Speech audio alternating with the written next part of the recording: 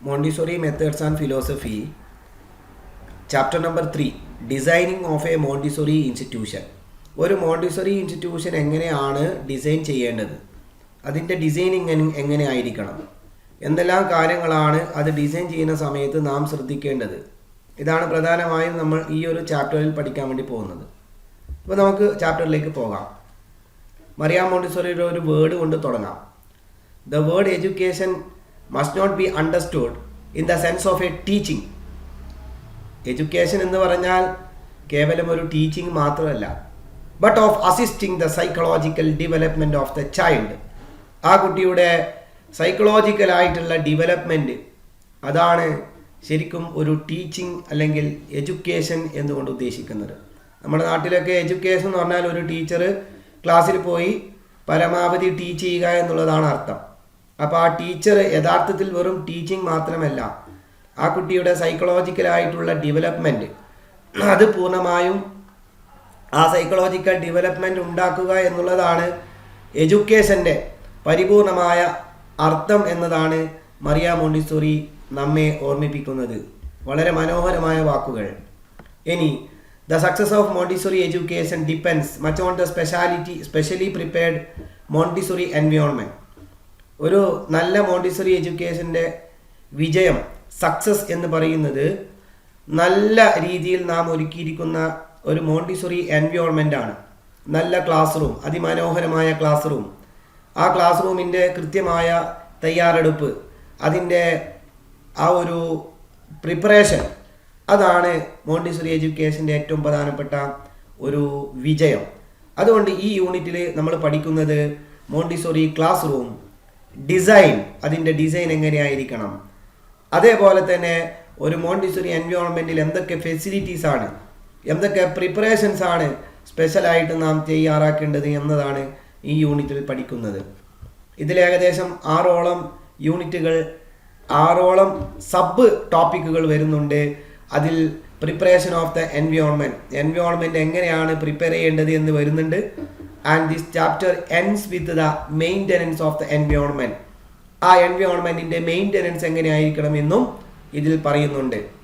The learners will get a detailed list of didactic apparatus, Montessori materials and way of handling the apparatus.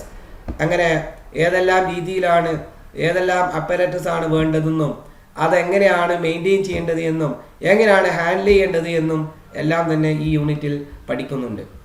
ഒന്നാമതായി നമുക്ക് discuss ചെയ്യാനുള്ളത് designing of the Montessori class room. So എങ്ങനെയായിരിക്കണം Montessori class റൂമുകൾ? Montessori class rooms R peaceful, അത് ശാന്തമായിരിക്കണം. Happy places, വളരെ സന്തോഷമുള്ള സ്ഥലങ്ങളായിരിക്കണം. ഒരിക്കലും Montessori class റൂമിൽ നമുക്ക് അമിതമായ ശബ്ദ കോലാഹലങ്ങളൊന്നും കാണാൻ പറ്റില്ല. വളരെ പീസ്ഫുള്ളാണ്. അതേപോലെ തന്നെ ഓരോ കുട്ടിയുടെയും ഡെവലപ്മെൻ്റൽ നീഡുകൾ അത് മീറ്റ് ചെയ്യുന്ന രീതിയിലായിരിക്കണം ആ ക്ലാസ് റൂമുകൾ എന്ത് ചെയ്യേണ്ടത്, നാം ഒരുക്കേണ്ടത്. There is no focal centre to the class room, very important. ആ ക്ലാസ് റൂമിൽ ഫോക്കസ് ചെയ്യേണ്ട ഒരു സെൻറ്റർ ഇല്ല. മീൻസ് ടീച്ചർ പോലും ഒരു ഫോക്കസ് അല്ല, ടീച്ചർ പോലും ഒരു ഫോക്കസ് ചെയ്യേണ്ട ആളല്ല. ട്രഡീഷണൽ ക്ലാസ് റൂമിൽ ക്ലാസ്സിൽ കയറിയാൽ ടീച്ചറെ മാത്രം നോക്കൂ, ടീച്ചർ പറയുന്നത് കേൾക്കൂ, ടീച്ചർ മാത്രം പറയുന്നത് കേൾക്കൂ എന്നാണ് പറയാറ്. പക്ഷേ there is no such focal center in the classroom in a Montessori classroom. അതുകൊണ്ട് തന്നെ മോണ്ടിസോറി ക്ലാസ് റൂമുകളിൽ teacher is not the focus of the children's attention, but that they are all one community together. Teacher ഉൾപ്പെടെ class റൂമിലുള്ള ആളുകളൊക്കെ ഒരു കമ്മ്യൂണിറ്റിയാണ്. ടീച്ചറിന് പ്രത്യേകമായിട്ട് യാതൊരു രീതിയിലുള്ള അമിതമായ പ്രാധാന്യവും മോണ്ടിസോറി ക്ലാസ് റൂമിൽ ഇല്ല. ബ്രൈറ്റ് ആൻഡ് അട്രാക്റ്റീവ് കളേഴ്സ്, നല്ല കളറുകൾ, natural materials, fascinating cultural objects and interesting pictures on the wall all offer the children complex sensory and intellectual experiences. മനോഹരമായ കളറുകൾ, അതിമനോഹരമായ അട്രാക്റ്റീവായ കളറുകളും നാച്ചുറൽ മെറ്റീരിയലുകളും അതേപോലെ തന്നെ കൾച്ചറൽ ഒബ്ജക്റ്റുകളും വാളുകളിലൊക്കെ കൊടുത്തിരിക്കുന്ന അതിമനോഹരമായ പിക്ചറുകളും എല്ലാം തന്നെ ആ കുട്ടിക്ക് വലിയ രീതിയിലുള്ള ഒരു സെൻസറി അതേപോലെ ഇൻ്റലക്ച്വൽ എക്സ്പീരിയൻസുകൾ അല്ലേ വളരെയധികം എന്ത് ചെയ്യുന്നുണ്ട്, കുട്ടിക്ക് പ്രൊവൈഡ് ചെയ്യുന്നുണ്ട്. But Montessori classroom of today can have many learning centers with self-directed activities or circular seating for Socratic discussion. അതേപോലെ തന്നെ ഇന്നത്തെ മോണ്ടിസോറി ക്ലാസ് റൂമുകളിൽ ഒരല്പം കൂടി അഡ്വാൻസ്ഡ് ആയിട്ടുള്ള രീതിയിലുള്ള ഒരുപാട് സംവിധാനങ്ങൾ കാണാൻ സാധിക്കും. Students in these new classroom designs are able to work in groups and share their own wealth of information with peers. അവർക്ക് ഈ ക്ലാസ് റൂമുകളിൽ ഇരുന്ന് ക്ലാസ്സുകൾ പഠിക്കാനും പിയറുകളുമായിട്ട് അവരുടെ കാര്യങ്ങൾ ഷെയർ ചെയ്യാനുമുള്ള ഓപ്ഷൻ അവർക്ക് കിട്ടുന്നുണ്ട്. Rather than being so competitive, students are cooperating more with each other and students might have to the role of mentor, tutor or discussion leader. അതാണ് പറയുന്നത്, ഒരു ടീച്ചർ ക്ലാസ് റൂമിൽ കുട്ടികൾ അങ്ങോട്ടും ഇങ്ങോട്ടും ചർച്ച ചെയ്ത് കാര്യങ്ങൾ പോകുന്ന സമയത്ത് ഒരു കോമ്പറ്റീഷൻ അല്ല ഉണ്ടാവുന്നത്, ഒരു കോമ്പറ്റീറ്റീവ് മെൻറ്റാലിറ്റി അല്ല ഉണ്ടാവുന്നത്. സ്റ്റുഡൻസ് ആർ കോപ്പറേറ്റീവ്, അവരെല്ലാം തന്നെ പരസ്പരം കോപ്പറേറ്റീവാണ്. അവരങ്ങോട്ടും ഇങ്ങോട്ടും ഷെയർ ചെയ്യുന്നു, അവർ ഒരാളുടെ മെൻറ്ററായി പ്രവർത്തിക്കുന്നു, ഒരാളുടെ ട്യൂട്ടറായി പ്രവർത്തിക്കുന്നു, അല്ലെങ്കിൽ ആ ഒരു ഗ്രൂപ്പ് ഡിസ്കസ് ചെയ്യുന്നതിൻ്റെ ലീഡറായി പ്രവർത്തിക്കുന്നു. A Montessori class room is design for the students that spend most of their day there. അതാണ് ക്ലാസ് റൂം. നിങ്ങൾ ശ്രദ്ധിക്കണം, ഒരു വിദ്യാർത്ഥി രാവിലെ വീട്ടിൽ നിന്ന് വന്നാൽ ആ കുട്ടി ഏറ്റവും കൂടുതൽ വീട്ടിനേക്കാൾ ഏറ്റവും കൂടുതൽ സമയം സ്പെൻഡ് ചെയ്യുന്നത് ആ കുട്ടി ആ മോണ്ടിസോറി ക്ലാസ് റൂമിലാണ്. All items in the environment are scaled to the child size. ആ കുട്ടികളുടെ സൈസിനനുസരിച്ചിട്ടുള്ള എൻവയോൺമെൻറ്റ് ആണ് നാം എന്ത് ചെയ്യേണ്ടത്, സെറ്റ് ചെയ്യേണ്ടത്. കുട്ടികളുടെ വലിപ്പം, കുട്ടികളുടെ ആ ആവശ്യത്തിനനുസരിച്ചിട്ടുള്ള ഒരു എൻവയോൺമെൻ്റ് ആണ് സെറ്റ് ചെയ്യേണ്ടത്. ഉദാഹരണത്തിന് ഫർണിച്ചർ ആണെങ്കിലും ഷെൽഫ് ആണെങ്കിലും യുട്ടൻസിലാണെങ്കിലും ഡിഷ്വെയർ ആണെങ്കിലും ക്ലീനിങ് ഇംപ്ലിമെൻറ്റ്സ് ആണെങ്കിലും എല്ലാം തന്നെ കുട്ടികൾക്ക് ഉപകാരപ്പെടുന്ന രീതിയിലായിരിക്കണം ഉണ്ടാവേണ്ടത്. ഉദാഹരണം പറയുകയാണെങ്കിൽ ഇപ്പം നമുക്ക് കുട്ടികൾക്ക് ഉപയോഗിക്കുന്ന ബാത്റൂം ക്ലോസറ്റ് വേറെ തന്നെയാണ്, ചെറുതാണ്. കുട്ടികൾക്ക് ഉപയോഗിക്കുന്ന വാഷ് ബേസിൻ വളരെ ചെറുതായിരിക്കും, അറിയാമല്ലോ. കുട്ടികൾ ഉപയോഗിക്കുന്ന ബെഞ്ചോ അല്ലെങ്കിൽ കസേരയോ ഡെസ്കോ ഇതെല്ലാം തന്നെ വേറെ തന്നെയായിരിക്കും, ആ രീതിയിലുള്ളതായിരിക്കണം. ഷെൽഫ് അവർക്ക് ആവശ്യമുള്ള ചെറിയ ഷെൽഫുകളാണ് ഉപയോഗിക്കേണ്ടത്. They are arranged in a neat and beautiful manner. അത് കൃത്യമായി നീറ്റായി ബ്യൂട്ടിഫുൾ ആയിട്ട് അത് എന്ത് ചെയ്യണം, അറേഞ്ച് ചെയ്യണം. So that children can choose freely and work with a set of materials individually. അതുപോലെ തന്നെ sufficient space for individual as well as group work is arranged. ഒറ്റക്കും അതുപോലെ ഗ്രൂപ്പായും ചെയ്യാൻ വേണ്ടി മതിയായ സ്ഥലം അറേഞ്ച് ചെയ്തിരിക്കണം. When children first enter a Montessori environment, it is an immediate and touching moment when they realise that this place is for them. അതായത് ആ കുട്ടി ഒരു മോണ്ടിസോറി ക്ലാസ് റൂമിലേക്ക് എൻ്റർ ചെയ്യുന്ന സമയത്ത് തന്നെ അവർക്ക് ഫീൽ ആവണം, ഇതെനിക്കുള്ള സ്ഥലമാണ്, ഇവിടെ എനിക്ക് വർക്ക് ചെയ്യാം, എനിക്ക് കാര്യങ്ങൾ പഠിക്കാം. അതേപോലെ തന്നെ much of the didactic materials students work with in Montessori class rooms R self corrective which provide students the opportunity for self evaluation and discovery. അതുമാത്രമല്ല, ഒരുപാട് മോണ്ടിസോറി ക്ലാസ് റൂമുകളിലുള്ള മെറ്റീരിയലുകളൊക്കെ കുട്ടികൾക്ക് തന്നെ പെട്ടെന്ന് എന്തെങ്കിലും മോശമായാൽ കറക്റ്റ് ചെയ്ത് വെക്കാൻ പറ്റുന്ന ഒരു തരത്തിലുള്ള മെറ്റീരിയലുകളാണ്. അതുകൊണ്ട് തന്നെ ആ കുട്ടിക്ക് എന്തിനുള്ള അവസരമുണ്ട്, അത് സെൽഫ് ഇവാലുവേറ്റ് ചെയ്യാനും അതിലുള്ള തെറ്റുകൾ കണ്ടെത്താനും അതിലുള്ള പ്രയാസങ്ങൾ മനസ്സിലാക്കാനും അവർക്ക് പറ്റുന്നു എന്നുള്ളതാണ്. By assisting children in solving problems and evaluating their own success, Montessori's didactic apparatus provides a unique form of scaffolding. അല്ലേ, അപ്പോൾ ഒരു സ്കഫോൾഡിങ് ആണ് അവിടെ കൊടുക്കുന്നത്. അതായത് അവർ തന്നെ സ്വന്തമായി കാര്യങ്ങൾ മനസ്സിലാക്കി അതിന് പരിഹാരം കാണുന്ന ഒരു രീതിയിലേക്ക് കുട്ടികൾ എത്തുകയാണ്. Students have freedom of movement to move at their own place through a prescribed integrated curriculum. അവർക്ക് ഇഷ്ടമുള്ള സ്ഥലത്ത് മൂവ് ചെയ്യാം. Put work away when finished and then move on to the next task. ഒരു വർക്ക് ഫിനിഷ് ചെയ്താൽ അടുത്ത ഒരു വർക്കിലേക്ക് അവർക്ക് എന്ത് ചെയ്യാൻ പറ്റും, മൂവ് ചെയ്യാനും വേണ്ടി സാധിക്കും. So direct teacher instruction for whole class on curriculum topics is rare. ശരിക്കും കരിക്കുലം ടോപ്പിക്ക് ടീച്ചറായിട്ട് ഡയറക്റ്റ് കൊടുക്കുന്ന ഇൻസ്ട്രക്ഷൻ വളരെ കുറവാണ്. Whole class group time is reserved for morning meetings with announcements. ഇപ്പോൾ രാവിലെ വേണമെങ്കിൽ ഒരു മോർണിംഗ് മീറ്റിങ്ങോ ഒരു ഗ്യാതറിങ്ങോ അസംബ്ലിയൊക്കെ കൂടാനും അനൗൺസ്മെൻറ്റുകൾ നടത്താനും, അതേപോലെ ടൈംസ് ഫോർ മ്യൂസിക് എക്സ്പീരിയൻസ്, കുട്ടിക്ക് മ്യൂസിക് കേൾക്കാനും reading aloud by the teacher. ആ ടീച്ചർ കുട്ടിക്ക് ടീച്ചർ ഉറക്കെ വായിച്ചു കൊടുക്കാനുമുള്ള എല്ലാ അവസരങ്ങളൊക്കെ നമ്മൾ മോണ്ടിസോറി അറ്റ്മോസ്ഫിയറിൽ എന്ത് ചെയ്യേണ്ടതുണ്ട്, നൽകേണ്ടതുണ്ട്. Materials are to be arranged neatly in the order of the learning areas. കൃത്യമായ നല്ല രീതിയിൽ തന്നെ മെറ്റീരിയൽസ് അറേഞ്ച് ചെയ്തിരിക്കണം അതിൻ്റെ ഓർഡർ അനുസരിച്ച് കൊണ്ട്. ആദ്യം പ്രിലിമിനറി മെറ്റീരിയൽസ് EPL, ആദ്യം EPL ആണ് വേണ്ടത്. അത് കഴിഞ്ഞാൽ സെൻസോറിയൽ ആണ്, അത് കഴിഞ്ഞാൽ നമുക്ക് കൾച്ചർ മാത്തമാറ്റിക്സ് ആണ്, അത് കഴിഞ്ഞാൽ ലാംഗ്വേജ് ആണ്. ആ രീതിയിലേക്ക് ഒരു ഓർഡറിലേക്ക് നമ്മൾ എന്ത് ചെയ്യേണ്ടി വരും, ആ സാധനങ്ങളൊക്കെ വെക്കണം. A typical Montessori environment encompasses the following. ഒരു നല്ല മോണ്ടിസോറി എൻവയോൺമെന്റിൽ എന്തൊക്കെ ഉണ്ടാകും?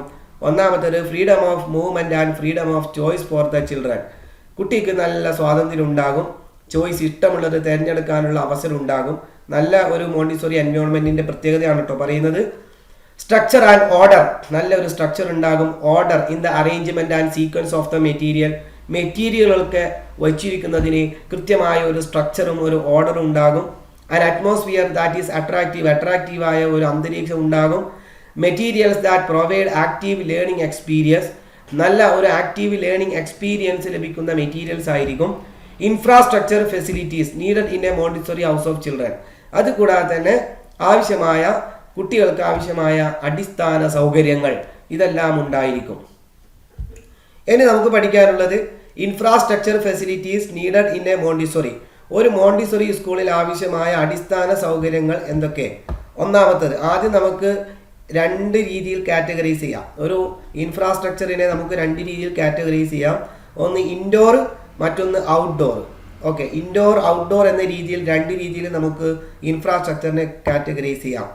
ഇൻഡോർ എന്ന് പറഞ്ഞാൽ ഈ ക്ലാസ് റൂമിൻ്റെ അകത്താണ്, അതായത് ബിൽഡിങ്ങിൻ്റെ അകത്താണ്. ബിൽഡിങ്ങിൻ്റെ പുറത്തിനെയാണ് നമ്മൾ ഔട്ട്ഡോർ എന്ന് പറയുന്നത്. അപ്പോൾ ഇൻഡോർ ആയിട്ട് നമുക്ക് ആവശ്യമുള്ള മെറ്റീരിയൽസ് എന്തൊക്കെയാണ്? ഷൂ റാക്ക്, നല്ല ഷൂ റാക്ക് വേണം. ഷൂസ് ഒക്കെ വെക്കാനുള്ള റാക്ക്, ചെരുപ്പ് ഷൂസ് ഒക്കെ വെക്കാനുള്ള rack. Keeping umbrella, facility for keeping umbrella, കുടകൾ വെക്കാനുള്ള പിന്നെ ബാഗ്, ഓവർകോട്ട് ബാഗ്സ്, പിന്നെ ബാഗ്, ഓവർകോട്ടുകൾ, ടിഫിൻ ബോക്സ്, പിന്നെ അവിടെ അതെല്ലാം വെക്കാൻ വേണ്ടി ഒരു റാക്ക് ആവശ്യമാണ്. A single flexible indoor working hall. പിന്നെ വേണ്ടത് നല്ലൊരു വർക്കിംഗ് ഹാളാണ്, അല്ലെങ്കിൽ ഒരു ബിഗ് റൂം, വലിയ ഒരു റൂം വേണം. അപ്പോൾ അവിടെ ആ റൂമിലാണ് കുട്ടികൾ എന്ത് ചെയ്യുന്നത്, ആക്ടിവിറ്റികളൊക്കെ ചെയ്യുക. അതും ഇൻഡോറിൽ ആവശ്യമായ ഒരു കാര്യമാണ്. Sufficient number of toilets and washrooms with child sized commodes. അതായത് നമ്മൾ ചെറിയ കുട്ടികൾക്ക് ഉപകാരപ്രദമാവുന്ന രീതിയിലുള്ള ടോയ്ലറ്റുകൾ, വാഷ്റൂമുകൾ, വാഷ് ബേസിനുകൾ ആവശ്യമാണ്. And area for arts and crafts activity. അതേപോലെ ആർട്ട് ക്രാഫ്റ്റുകൾ ചെയ്യാനുള്ള ഒരു ഏരിയ പ്രത്യേകമായി ഉണ്ടാവണം.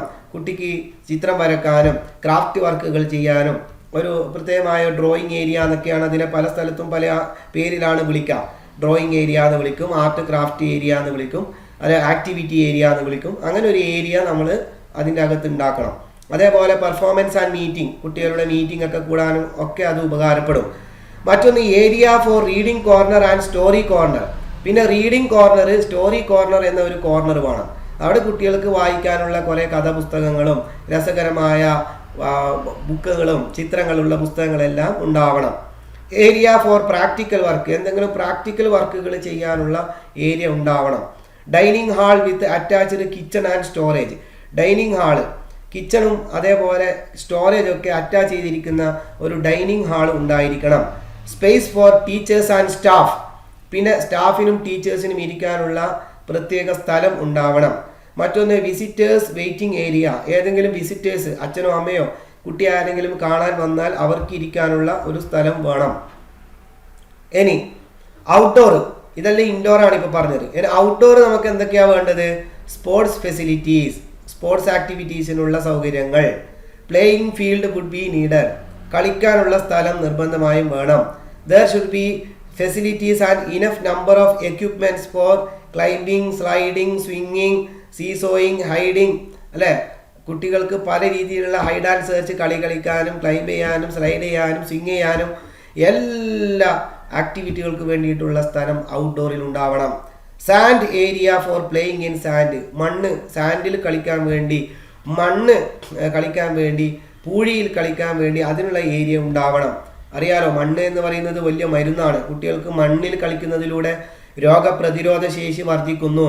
അതേപോലെ തന്നെ പല ശാരീരികമായ ത്വക്ക് സംബന്ധമായ അസുഖങ്ങൾ ഇല്ലാതാവുന്നു. അതുകൊണ്ടാണ് അത് ഉപയോഗിക്കാൻ വേണ്ടി പറയുന്നത്. അതേപോലെ ഏരിയ ഫോർ കൾട്ടിവേഷൻ, കുട്ടിക്ക് കൾട്ടിവേഷൻ കൃഷി ചെയ്യാനും മറ്റൊക്കെ വേണ്ടിയിട്ടുള്ള ഒരു ഏരിയ വേണം. Areas to grow vegetables or fruit for consumption or sale is needed. കുട്ടികൾക്ക് വെജിറ്റബിൾസ് അല്ലെ, പച്ചക്കറികളൊക്കെ വളർത്താനും ഫ്രൂട്ട് വളർത്താനുമുള്ള പ്രത്യേകം പൂന്തോട്ടങ്ങൾ. അപ്പോൾ അത് തീർച്ചയായും കുട്ടിക്ക് ഇത്തരം ആക്ടിവിറ്റി ആ പൂന്തോട്ടത്തെ മെയിൻറ്റെയിൻ ചെയ്യുന്നതിലൂടെ, വെള്ളം കൊടുക്കലിലൂടെ, നേരത്തെ നമ്മൾ പറഞ്ഞതുപോലെ ഒരു നേച്ചറിൻ്റെ സ്വഭാവം അവിടെ ഉണ്ടാകും. Small pond with different type of fishes, ചെറിയ ഒരു കുളം അല്ലെങ്കിൽ ഒരു തടാകം, ചെറിയൊരു കുളം അല്ലെങ്കിൽ ഒരു കുഴി വെച്ചിട്ട് അതിൽ കുറച്ച് വെള്ളം, അതിൽ ചെറിയ ചെറിയ മീനുകൾ, അതുപോലെ തന്നെ വാട്ടർ അനിമൽസ് അല്ലേ, ലോട്ടസ് താമര, ഇങ്ങനെയുള്ള വേണമെങ്കിൽ ഒരു അക്വേറിയം, ഇതൊക്കെ നമുക്ക് എന്ത് ചെയ്യാം, അവിടെ ഔട്ട്ഡോറിൽ നമുക്ക് സംഘടിപ്പിക്കാം. ഏരിയ ഫോർ സ്മോൾ സൂ, ചെറിയൊരു സൂ സെറ്റ് ചെയ്യണം. ഇതൊക്കെ നമുക്ക് സൗകര്യത്തിനനുസരിച്ച് കൊണ്ടാണ് ചെയ്യാൻ പറ്റുക കേട്ടോ. ഇവിടെ കുട്ടികൾക്ക് വലിയ വന്യജീവികളൊന്നും നമുക്ക് ആവശ്യമില്ല. അവിടെ ബീസ്, റാബിറ്റ് അല്ലെ, മുയലുകൾ, അതുപോലെ തന്നെ ചിക്കൻ, കോഴി, അതേപോലെ താറാവുകൾ, ഉപദ്രവിക്കാത്ത രീതിയിലുള്ള ആടുകൾ, ലവ് ബേർഡ്സ്, അതേപോലെ മറ്റു ബേർഡുകൾ, ഇങ്ങനെയുള്ള സാധനങ്ങളൊക്കെ ഉപയോഗപ്പെടുത്തി ഒരു ചെറിയ സൂം എന്ത് ചെയ്യുക, അവിടെ സെറ്റ് ചെയ്യാം. അതേപോലെ തന്നെ space or facilities for waste disposal, അവിടെ വേസ്റ്റ് കൊണ്ടിടാനുള്ള ഒരു സ്ഥലവും എന്ത് ചെയ്യണം, നമ്മൾ ഔട്ട്ഡോറിൽ സെറ്റ് ചെയ്യണം. അപ്പോൾ നമ്മൾ നോക്കിയേ, ശരിക്കും ഈ യൂണിറ്റിൻ്റെ തുടക്കത്തിൽ നമ്മൾ മനസ്സിലാക്കുന്നത് ഇൻഡോർ ആയിട്ടും ഔട്ട്ഡോർ ആയിട്ടും നമുക്ക് എന്തെല്ലാം ഫെസിലിറ്റീസ് നമ്മൾ ഒരുക്കണം എന്നതാണ് കൃത്യമായി നാം ഇതിൽ പഠിക്കുന്നത്.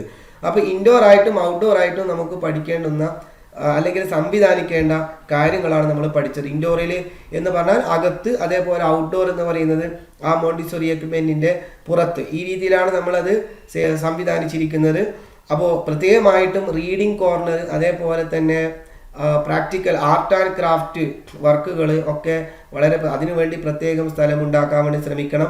അതുപോലെ പുറത്താണെങ്കിൽ ഈ പറയപ്പെട്ട ഒരുപാട് ഫെസിലിറ്റീസ് ഇപ്പോൾ എല്ലാ സ്കൂളുകളിലും ഇത് ചിലപ്പോൾ നൽകാൻ സാധിക്കില്ല എങ്കിൽ പോലും, പക്ഷെ നമുക്ക് കളിക്കാനും കുട്ടികൾക്ക് കളിച്ചു വളരാനുമുള്ള ഫെസിലിറ്റീസ് വളരെ കൃത്യമായി എന്ത് ചെയ്യേണ്ടതുണ്ട്, നാം അവിടെ ഒരുക്കേണ്ടതുണ്ട് എന്ന് പ്രത്യേകം എന്ത് ചെയ്യുക, ഓർക്കുക. കാര്യങ്ങളൊക്കെ കൃത്യമായി വായിച്ച് മനസ്സിലാക്കാൻ ശ്രമിക്കുക. എല്ലാവിധ ആശംസകളും അറിയിക്കുന്നു.